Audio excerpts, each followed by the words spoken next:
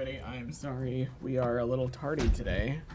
We'll try to avoid that as best as we can. I have a couple things off the top before I dive into your questions. So first, yesterday, the U.S. Consulate General in Hyderabad opened a new state-of-the-art facility in the city's bustling financial district. The move brings our government closer to U.S. companies that have invested billions of dollars in India's tech, defense, aerospace, and pharmaceutical sectors. 5 of the highest valued companies in the world, Apple, Microsoft, Google, Amazon, and Meta, host their largest presence outside of the United States in Hyderabad.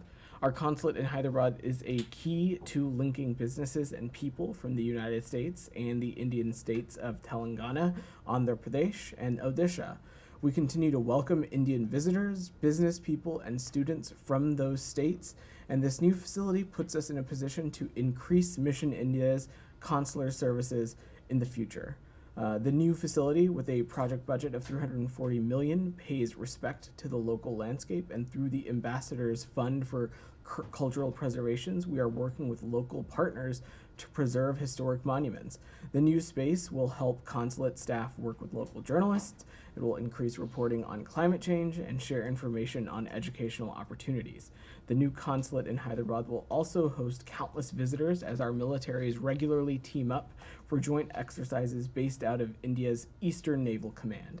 Put simply, this dynamic region plays a critical role in the U.S.-India strategic partnership, and our new consulate chancery in Hyderabad represents a tangible investment by the United States in the growing bilateral relationship.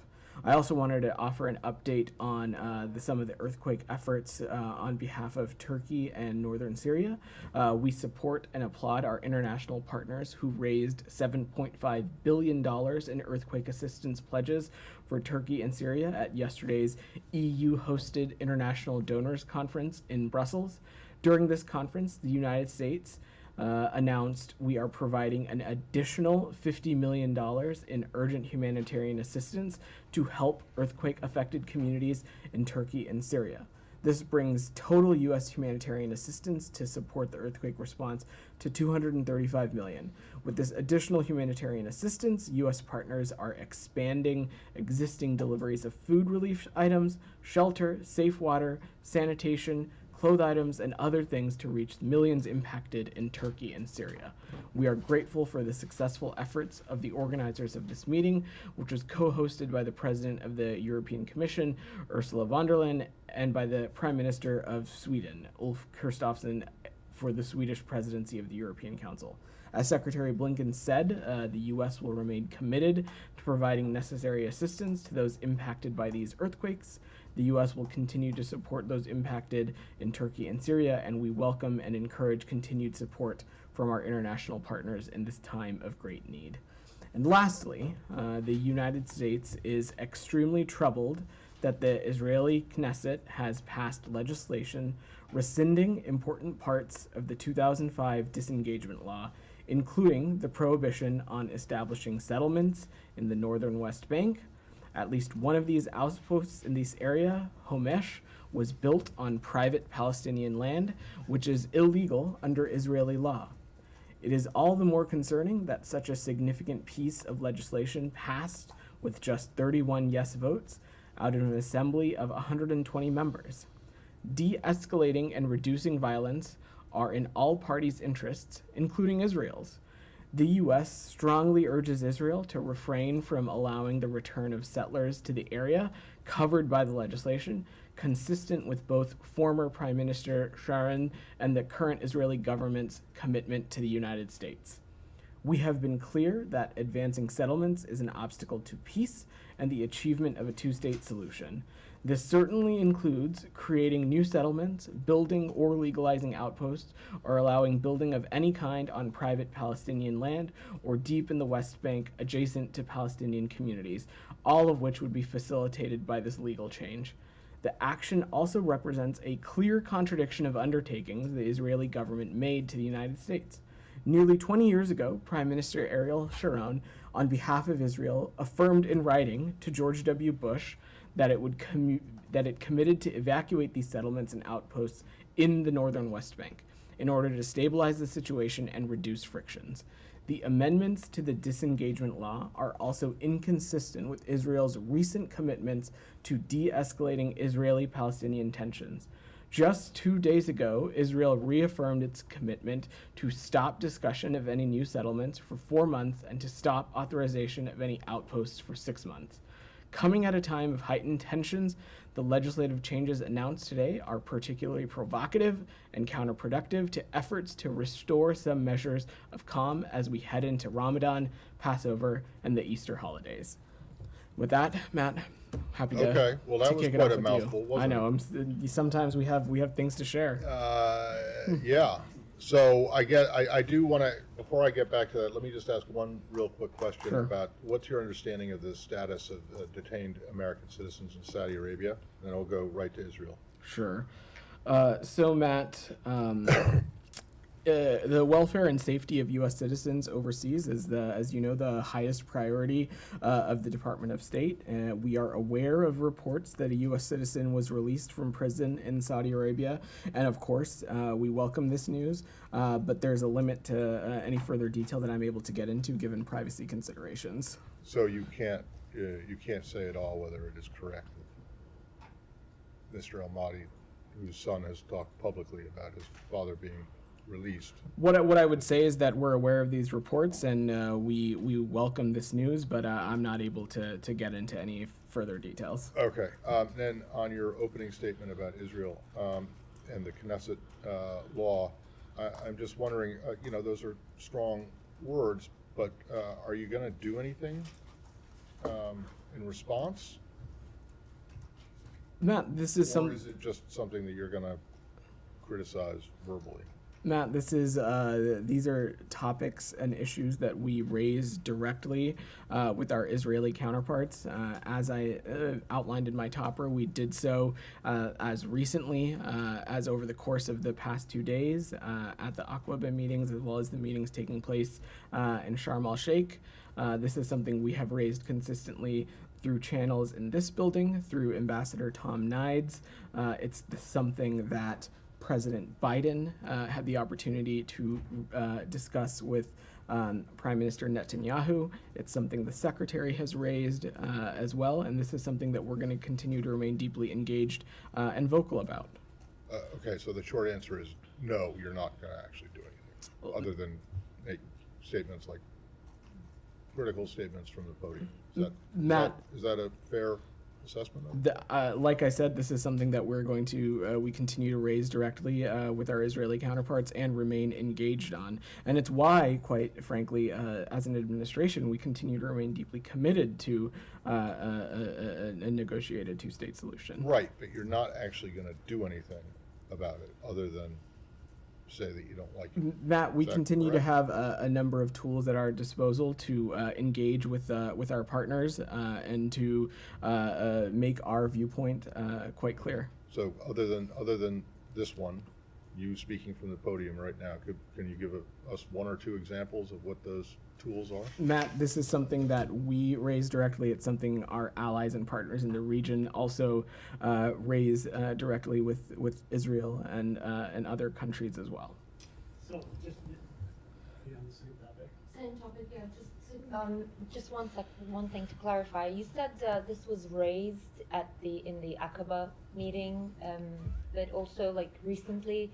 I mean, what was the highest level of engagement from State Department to Israelis? Again, this is something that we raise regularly, the desire to take steps to calm tensions, especially as it relates to the growth and expansion of settlements and outposts. You've seen our ambassador, Tom Nides, speak openly about his engagements on this subject with our Israeli partners. We've done so through Assistant Secretary Leaf and others. The Secretary had the opportunity to discuss this when he was in Jerusalem, and by this I mean specifically the growth of outposts and settlements.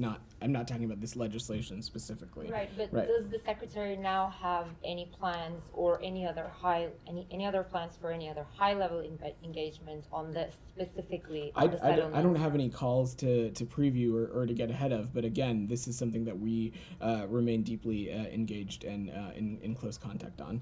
I'm going to go to Said and then I can come back to you, Leon, since I you've just had his want, hat up. I want to try again what Matt just asked you. So, aside from a really strong words, and they were, what can you do? I mean, how can you leverage your statement? How can the United States of America leverage its anger at this decision by the Israeli Knesset? Said, first, what I would say broadly is that the comments from the United States, they're not going into some sort of abyss or vacuum. When the United States speaks about something, countries around the world are listening. And when the United States is engaged on something and committed to something, I believe that the rest of the world is paying attention. And as I have said, this is something specifically we have been very clear about, that the growth of settlements and outposts is inconsistent with our views on what steps are necessary to get us to a negotiated two-state solution in a peaceful way. I was just quite clear about that. So, countries around the world may be listening. Is Israel listening? Is the government of Israel listening? Said, we engage with the government of Israel quite regularly on a number of issues, including these ones. Vedant, only yesterday, Smotrich said there is no such thing as the Palestinians. He said he wants this heard in the White House. He made sure to underscore the White House. He's telling you that we're not listening to you. We're not taking anything that you might say into account. That's what he's saying. What I would say to that, Finance Minister Smotrich is not the only individual in the Israeli government. But what I would say to his comments broadly, Said, since you've given me opportunity, is the latest comments by Mr. Smotrich, which were delivered at a podium adorned with an inaccurate and provocative map, are offensive, they are deeply concerning, and candidly, they're dangerous. The Palestinians have a rich history and culture, and the United States greatly values our partnership with the Palestinian people. And as President Biden said last summer in Bethlehem, the U.S. remains committed to two states for two people, both of whom have deep ancient roots in the land, living side by side in peace and security. We also affirm that two states along the 1967 lines with mutually agreed swaps remain the best way to achieve equal measures of security, prosperity, and freedom and democracy for Palestinians and Israelis alike. We underscore the importance of the U.S. strategic relationship with the Hashemite Kingdom of Jordan, the second Arab state to take the courageous step of making peace with Israel. And we welcome Israel's reaffirmation of the 1994 peace treaty with Jordan. Well, just if I may follow up, this person, this Israeli minister, was here only 10 days ago. Is this administration willing to declare him a persona non grata, for instance? Said, what measures can you take against such a statement? Said, sure I'm not if here. If somebody denied the existence of another people elsewhere, you would take a very strong statement against such individual. Said, we're taking a strong statement now, and I'm not going to get into hypotheticals about what we would do if another government official in another country did something hypothetical. What I am here to tell you, as I just said a moment ago, is that we found those comments to not only be inaccurate, but also deeply concerning and dangerous. Except So. he does not care. He said that, I want this heard in the White House. He said that exactly. You have no response to him. You can't say this person is not welcome in the United States. I don't have any designation or characterization to offer. Said, what I will just leave it at is that those comments were concerning, they were dangerous, and they were offensive. But the Knesset vote is not a hypothetical. It's happened. They clearly were acting at the behest of the government, of the prime minister, of the finance minister. How can they be held accountable? Where, to repeat what Matt and Said have been asking, where is the leverage? What is the discussion in this building about how to hold Israel accountable keeping in mind that the U.S. has a vested interest in protecting it from a security standpoint, but how can this government allow Israel to undermine the goal of a two-state solution when things such as this have now happened? Well, first, you are absolutely right. Our commitment to Israel's security and Israel's security concerns are ironclad. But I will also note that we have, when we need to, very frank and honest conversations with our Israeli partners.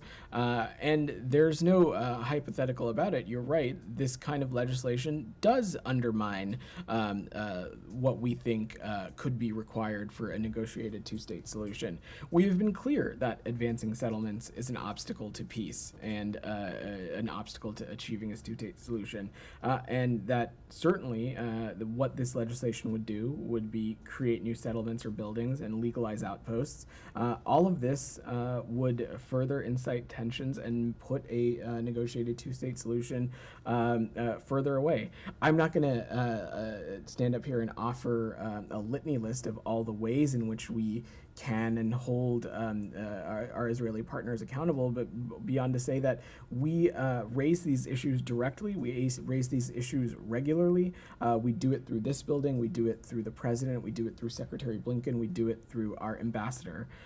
All of those ways are opportunities for us to engage on this issue, which is very, very important to us. But the point is, even granted that the president had a discussion with the prime minister this past weekend, given that 10 days ago the finance minister was in this country and no one from the U.S. government made a point of meeting with him, not to mention all of the affinity groups that pointedly did not meet with Mr. Smotrich. It looks like it's all talk. What are the things that are being looked at?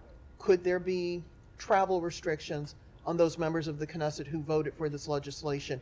Could there be a restriction on funding provided to the Israeli government that does not affect the security portfolio? Could there be anything done? Does this mean that it makes it more likely that the Palestinian consulate is reopened in Jerusalem? What are the things that this government is prepared to do in order to send the message? Because clearly, all of the talk has not given what the U.S. would like to see change in the situation. There are a number of options that we continue to look at in which we can and do engage with our Israeli partners. I'm not going to get into previewing them, but what I will just say again and reiterate is that this is an issue that is of utmost concern to us and something that we have quite directly and candidly will continue to raise with our Israeli partners. I mean, I'm not suggesting that the administration might want to consider the James Baker solution of 91, but you have to get the government's attention if you're serious about trying to reach a solution that goes back to 67 with agreed territory We are swaps. serious about a solution, and this administration has taken a number of actions, and the comments that we've offered have indicated how serious we are. And when either side has taken steps that we think put us further away, whether that be the Israelis or the Palestinians, we've been quite vocal about how those steps are unhelpful to getting us to what the United States views as a goal. As I just was at the beginning of this briefing, we have not parsed words when we have felt that certain actions take us away towards what we believe is the best solution for the Israeli and Palestinian people, as well as the best solution that will offer a long-term stability, security, and peace for the region as well. Leon? And then I'll get to the back I of was it. going Go to ask ahead, on Leon. Israel, but my question has been answered. So I'm going to move on to another region. Anything Unless else there's on the region before we move on? On Israel or no? Okay, I will come back to you, Jenny. Go ahead. Leon. I was wondering, Vedant, if you have any information, detail, insight you could give us to the Secretary's role in the liberation of, two hostages, one French, one American in Niger, which were released yesterday. Since, of course, the Secretary was in the region, in Niger, just Thanks. last week. Yeah, thanks, Leon. So the U.S. is pleased to confirm the release of U.S. citizen Jeffrey Woodkey, who had been held hostage in West Africa for more than 6 years. This release is thanks to the extraordinary cooperation of the government of Niger and the sustained efforts of countless organizations and individuals around the world. We want the American people to know that the U.S. government has no higher priority than their safety and security, and the Biden administration will continue to work aggressively using a wide range of tools until all U.S. citizens being held hostage or wrongfully detained are brought home. I'm not going to get into the specifics of sensitive diplomatic conversations, Leon, but at this point in this administration, it should be no surprise to you that in any country where U.S. nationals are being held hostage or wrongfully detained, we, the State Department, raise those cases at every opportunity. And as I said, this release is thanks to the extraordinary cooperation of the government of Niger. And you all had the opportunity to hear from Secretary Blinken yesterday from this very podium. And later in the day, we were able to share that he was able to speak to Mr. Woodkey's family and share in their excitement for his return. And he also reiterated that the United States will continue to provide all appropriate assistance. Janie, go ahead. Thank you. I have two questions in China and North Korea. Sure. First question in North Korea issues. The United Nations Security Council's condemnation statement and adoption of sanctions against North Korea's ballistic missile launch violations failed due to China and Russia's use of their veto power. How does the U.S. respond to poor role of the UN Security Council? So first, Jenny, let me say that the United States condemns the DPRK's March 19th ballistic missile launch, which came just 3 days after the DPRK's most recent ICBM launch. This launch is in violation of multiple UN Security Council resolutions and is the latest in a series of launches that pose a threat to the DPRK's neighbors and undermine regional security. And it's particularly concerning that the DPRK characterized this launch as the simulated use of a tactical nuclear weapon. As it relates to the UN Security Council, we continue to believe that all members of the Security Council have a role to play in holding the DPRK accountable, especially those that have influence over Pyongyang, and particularly that now is not the time to be using vetoes to cover up for the DPRK. On China, Sure. China is secretly supplying weapons to Russia and ignoring North Korea's series of missile provocations. Do you see any objection to China's role as a peace mediator? Let me say a couple of things to that, Janie. First, we encourage President Xi to advocate for the point that they outlined in their own 12-point plan, which is respect for sovereignty and territorial integrity of all countries. We encourage President Xi to advocate for this point, which must include withdrawal of Russian forces from sovereign Ukrainian territory consistent with the UN Charter. I think it's quite clear that the entire world would like to see this war end, especially the Ukrainians themselves, who have put forward their own plan for a just peace, which draws on these very UN principles that I just spoke about. And let's remember, this war could end today if Russia withdrew its troops from Ukraine. Camilla? Thank you. Thank you. Secretary Blinken is set to testify tomorrow and Thursday. The House Foreign Affairs Committee Chairman Mike McCall has made public another letter that he sent to the Secretary asking for the same documentation that he's already previously asked for related to the U.S. withdrawal from Afghanistan. I know that Ned last week said that the State Department's working to comply with providing that documentation in time for the House Committee's deadline of March 23rd, or by close of business tomorrow.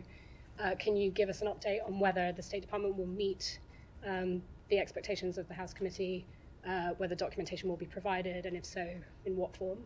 I will echo what Ned said, that we are and we intend to comply. The State Department is committed to working with all congressional committees with jurisdiction to appropriately accommodate their need for information and to help them conduct oversight for legislative purposes. The department has provided more than 200 briefings to bipartisan members and staff on Afghanistan policy since the withdrawal of U.S.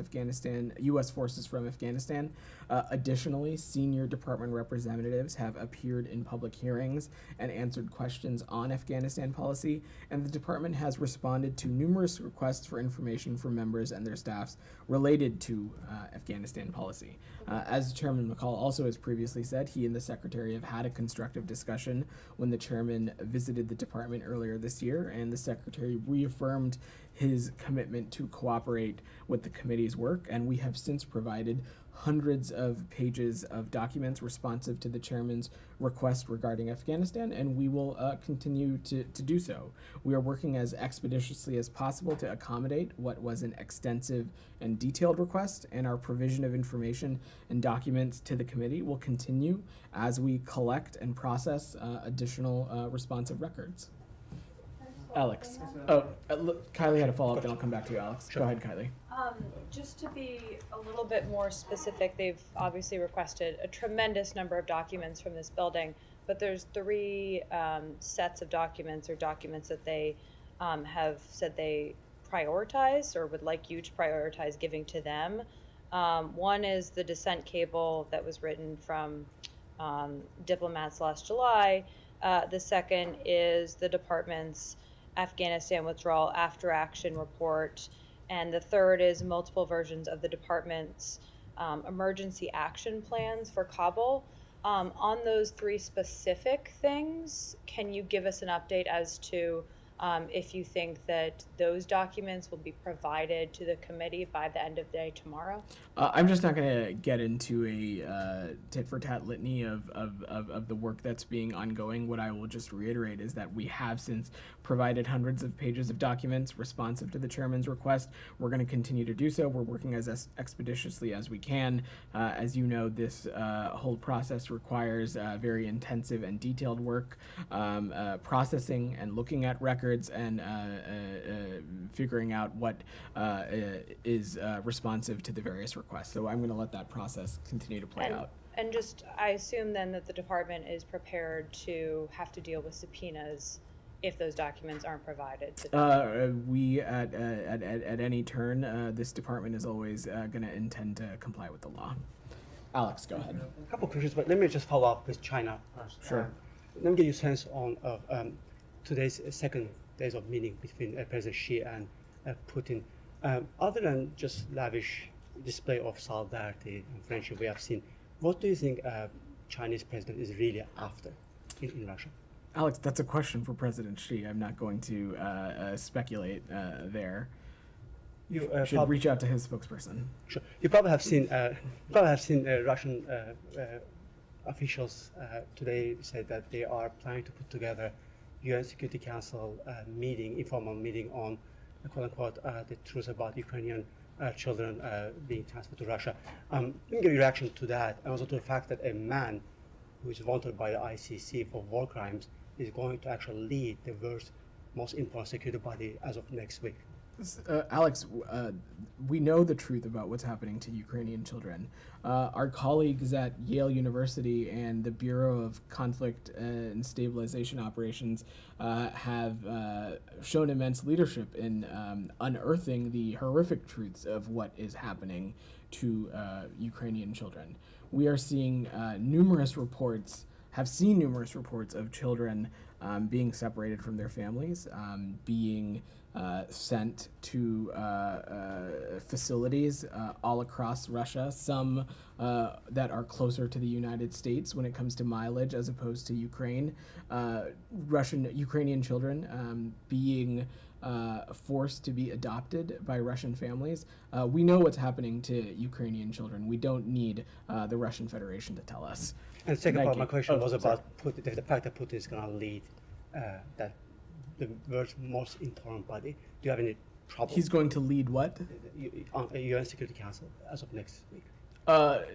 I think what I would say, Alex, again, is that we have been quite consistent in any multilateral setting, whether it be the G20 or even now the UN Security Council, that as it relates to Russia, it cannot be business as usual. And quite candidly, Alex, we know that the countries that make up the UN membership agree. As recently as just a number of weeks ago, you saw more than 140 countries speak in unison about how the Russian Federation needed to respect territorial integrity, respect sovereignty, and withdraw its forces from Ukraine.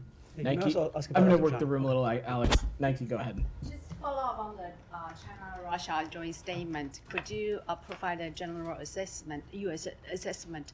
Do you see anything new there? And I know you do not comment on intelligence matters, but would you have anything to share on if the U.S. has any indication that Russia, President Putin has asked Xi Jinping to provide lethal weapons during the visit?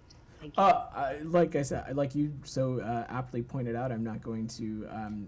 That's a better question for them. I don't have any information to offer on that. But broadly, and this is something that the Secretary has spoken about quite consistently going back to on the margins of the Munich Security Conference, any steps being taken by China to provide lethal aid to Russia would be deeply problematic and of great concern to the United States. It's something that we're paying very close attention to and will take appropriate action as needed should a certain line be crossed. As it relates to the joint statement, though, Nike, on Ukraine, the two sides said that the purposes and principles of the UN Charter must be observed and international law must be respected. Well, following the UN Charter would mean that Russia withdrawing from the territory of another UN member state it has invaded. The UN Charter enshrines the principles of respect for the sovereignty and territorial integrity of all countries, including Ukraine. And if China wants to play a constructive role in this conflict, then it should press Russia to remove its forces from Ukraine's sovereign territory. As I have said at a number of in the various intervals, this war could end today if Russia were to choose to withdraw its forces from Ukraine. On a related subject, Japanese Prime Minister Kishida's visit to Kiev, and as we see from the news, President Zelensky said that he will attend the G7 summit later. Do you have anything on the timing and the implication of Kishida's visit to Ukraine? On any of the scheduling of the G7, that's I would refer you to our Japanese partners. Obviously, they are the G7. They have the G7 presidency this year, so I will let them speak to and announce any schedule. But broadly speaking, we strongly support Prime Minister Kishida's decision to make this historic visit to Ukraine in support of the Ukrainian people and in support of the UN Charter and the universal values that it enshrines. Michelle, yeah, you had your I hand have up. a couple Yeah. of questions, please. First, do you have any comments on the warm reception for the Syrian president in the UAE? Well, Michelle, we have remained focused on helping the Syrian people who continue to suffer through more than 12 years of wars and atrocities at the hands of Assad and now a devastating earthquake. Our stance against normalization remains unchanged. We will not normalize with the Assad regime, nor will we encourage others absent authentic and enduring progress towards a political resolution in line with UN Security Council Resolution 2254. We have been clear about this, and we've been quite clear about this with our partners as well. Did you ask formally or directly your partners and allies not to normalize with the regime? I'm just not going to get into the specifics of our diplomatic engagements, Michelle, but we continue to urge anybody engaging with Damascus to consider sincerely and thoroughly how their engagements can help provide for Syrians in need, no matter where they live. UAE president has said that it's time for Syria to return to Arab fold. Do you support Syria's return to the Arab League?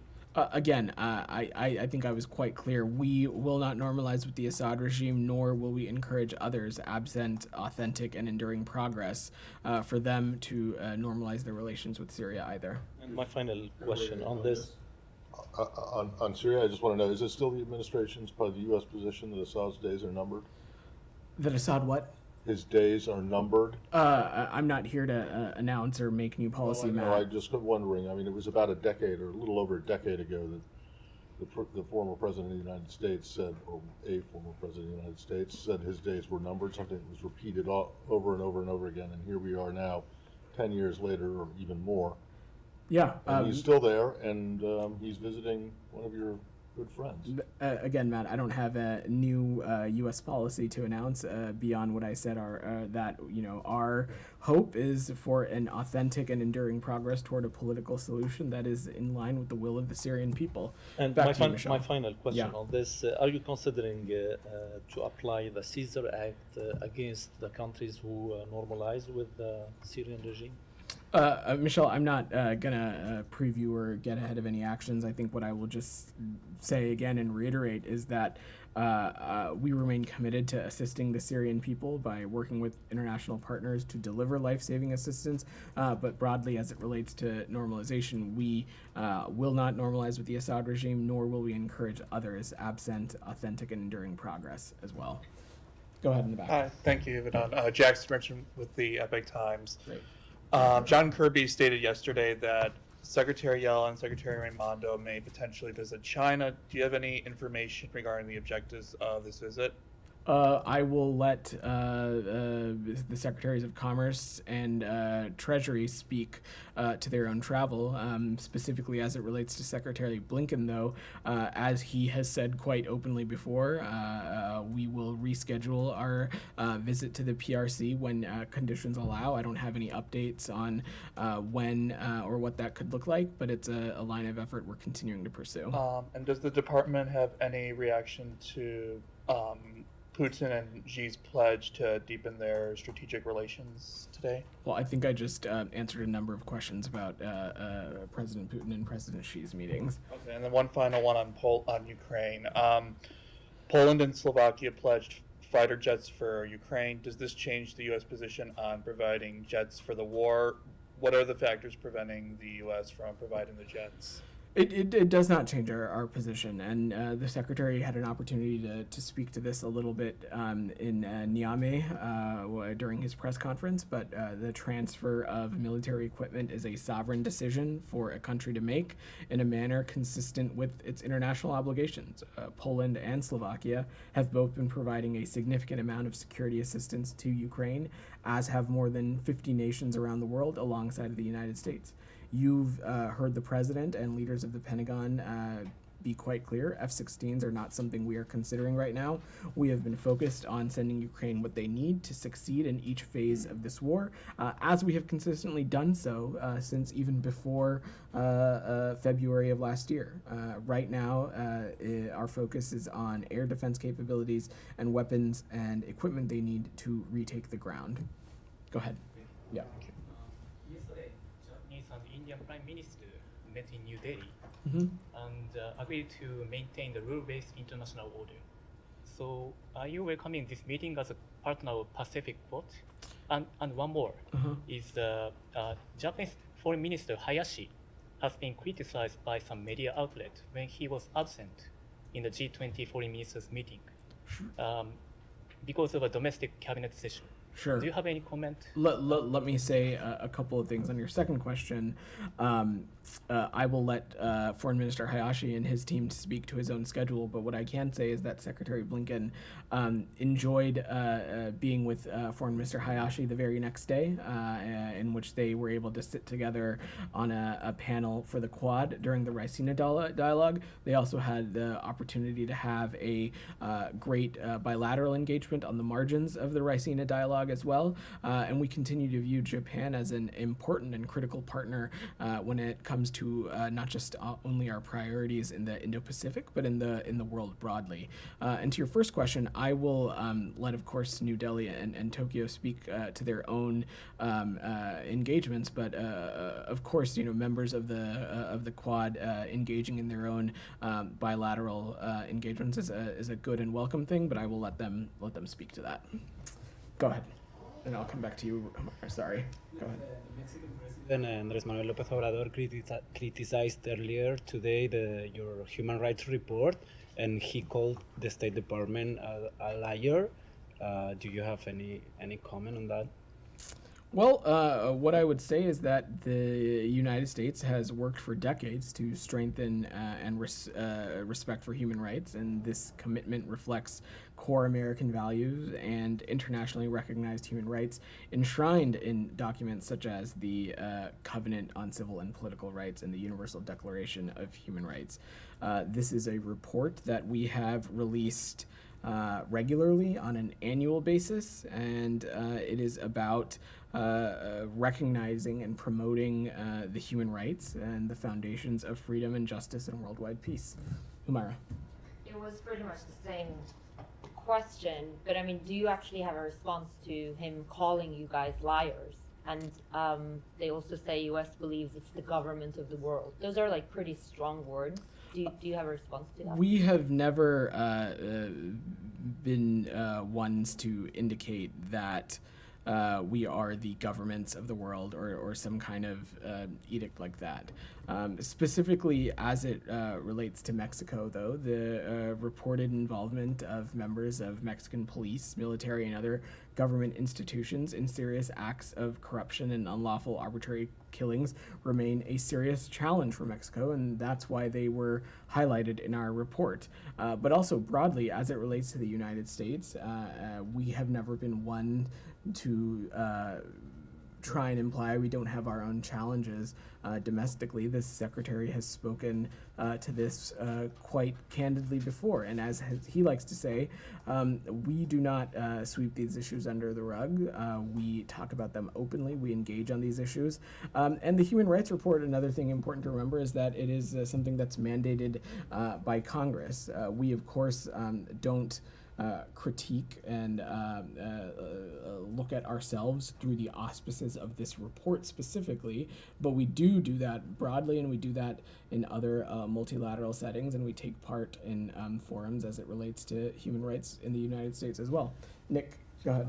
I wanted to ask about the Team Cuba catcher defecting to the United States after his team was eliminated in the World Baseball Classic. Are you familiar with that story? You have any comment on it? I'm not familiar with that, Nick. I'm going to have to check on that and get back to you. I haven't seen that reporting. Go ahead in the back, Mikhail. Thank you. Are you satisfied with the results of the negotiations between Turkey, Finland, and Sweden? The reason I'm asking you is because you said many times from the podium that you wanted both countries to join NATO. Well, Mikhail, as we said last week, we welcome President Erdogan's announcement that he will send Finland's NATO accession protocols to the Turkish parliament, and we look forward to the prompt positive conclusion of that process. We also encourage Turkey to quickly ratify Sweden's accession protocols as well.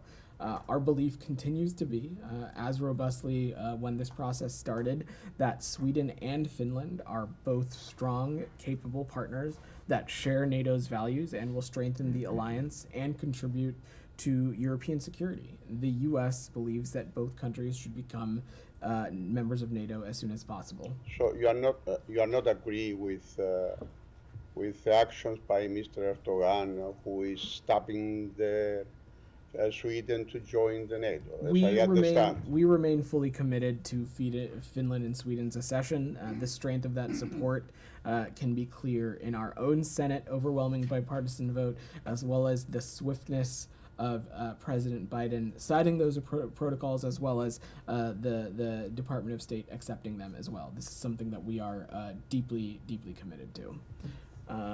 Go ahead. Yeah. Thank you so much. I'd like to follow up on Japanese Prime Minister visit to Ukraine, which started just after Chinese leader Xi Jinping's meeting with Putin in Russia. During Prime Minister Kishida's visit to Ukraine, what kind of message and support does the U.S. hope Japan to offer? Also, did the U.S. offer any help for Prime Minister Kishida's visit to Ukraine to be safe?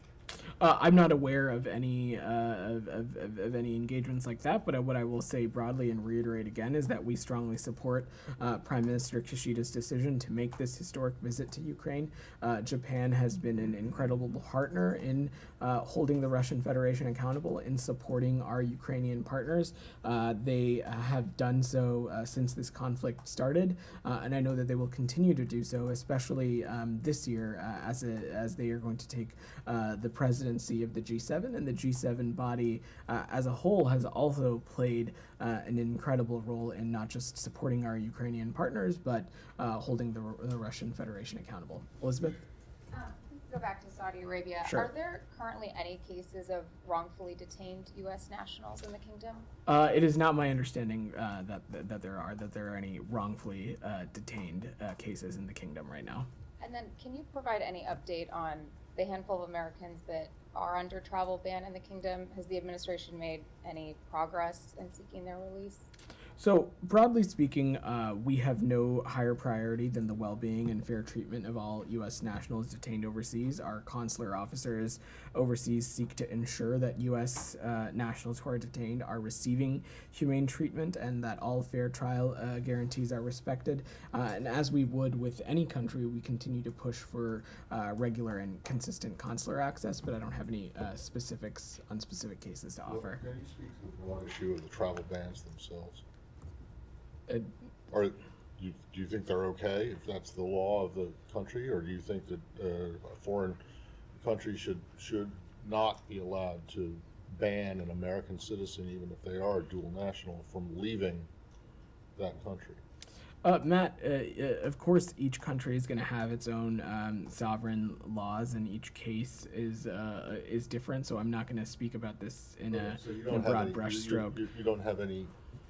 There's nothing in your guidance about the travel ban issue in Saudi Arabia specifically, even if it doesn't discuss. What I would specific say cases. is that the welfare and safety of U.S. citizens overseas is the highest priority, and this we continue for American citizens who are placed under.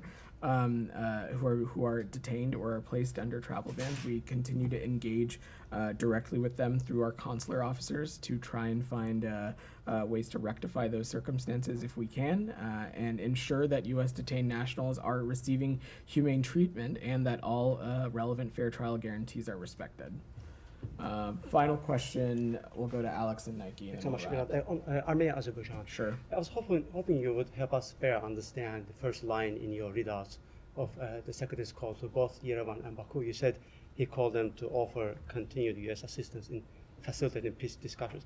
I thought that's what you guys were doing. You had last week senior advisor in the region was engaging with the sites.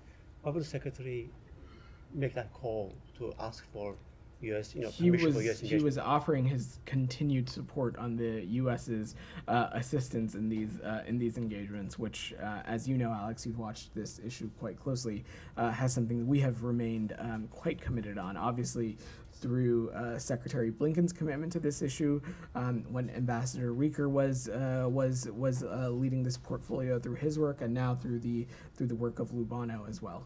And there's one line I did not see this time on the call to Azerbaijan, which was about human rights. Yesterday we just discussed in this room, you guys mentioned that you are raising all those cases. Did the Secretary raise human rights issues? I don't have specifics to get into about the diplomatic engagements, Alex, beyond what was in the readout, but of course human rights is something that we raise regularly with all our partners, including those in the South Caucasus. Would you be surprised if you didn't? Alex, again, I'm just not going to get into specific diplomatic engagements. Nike, and then we'll wrap. Taiwan President Tsai Ing-wen will stop over New York and California before heading to Central America. Do you have anything on that? Given there are presidents and all democratically elected Taiwan presidents have transited through the United States during their terms, should it be a pretext for any military escalation in the Taiwan Strait? And do you know if anyone from this building plan to meet or to talk to her physically or virtually? Thank you. Let me say a couple things, Nike. This transit is consistent, as you so said, with long-standing U.S. practice. The unofficial nature of our relations with Taiwan and U.S. policy, which remains unchanged. Transits are taken out of consideration for safety and comfort and convenience and dignity of the passenger and are consistent with our One China policy, which also remains unchanged. Transits are private and official and unofficial, and every Taiwan president has transited the United States. President Tsai has transited the United States 6 times since taking office in 2016, and high-level officials have typically met with members of Congress, which is a separate and co-equal branch of government, and engage in other public and private activities during those transits. Anyone from the building going to meet with him? Again, this transit is private and unofficial, so as of right now, I'm not aware of any plans for any meetings with the department. Hey, Vedant, could I ask you about the convenience part of this? Sure. Right, transits are done or approved based on the safety, comfort, convenience, and dignity of the passenger. How exactly is it convenient to fly from Taipei to Guatemala through New York? Matt, I'm not going to try and pretend that I understand flight patterns or anything like that. I looked up the flight times. It is about a 15-hour flight from Taipei to New York City. It is only an 11-hour flight from Taipei to Los Angeles. So, in other words, it is not particularly convenient for her to fly through New York to get to Guatemala and Belize. Again, Matt, this transit is consistent with longstanding U.S. practice, and they are indeed taken out of consideration for the safety, comfort, and convenience and dignity of the passenger as well. Final question, Saeed. I want to ask about Iraq if nobody has. Sure, go ahead. I mean, yesterday marked the 20th anniversary since the invasion and occupation of Iraq by U.S. forces. And I wonder if this administration or this Department of State reassesses, this whole episode and or this whole tragedy. Let's say, that close 4,600 American troops died, maybe upward of 300,000 Iraqis. I know I worked at the UN. We counted in Iraq those figures and so on. The country is still broken. It is dysfunctional. There's more influenced by Iran than any other time. I wonder if you guys sort of take a pause and take a look at this whole thing, and how do you assess it?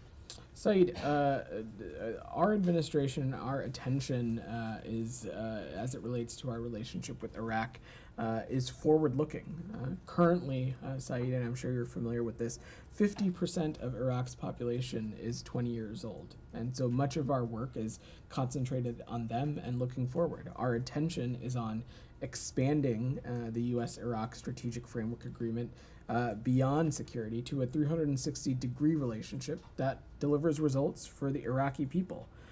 We have been through much in the past 20 years. Conflict and rebuilding, the fight to defeat ISIS and terrorism, the COVID-19 pandemic, the global financial crisis, climate change challenges, water scarcity. 20 years in, the U.S. and Iraq continue to build on our strategic partnership. This means we are growing areas of cooperation to include all facets of our bilateral relationship. Secretary Blinken had the opportunity to meet with Prime Minister Sudani on the margins of the Munich Security Conference, and we agree on the need to ensure an enduring defeat to ISIS, establish Iraq's energy independence, support the growth of the private sector, improve public services, in addition, expand educational and cultural programming. Our ultimate goal is to strengthen Iraqi stability, security, and sovereignty. Thanks, everyone. Thank you.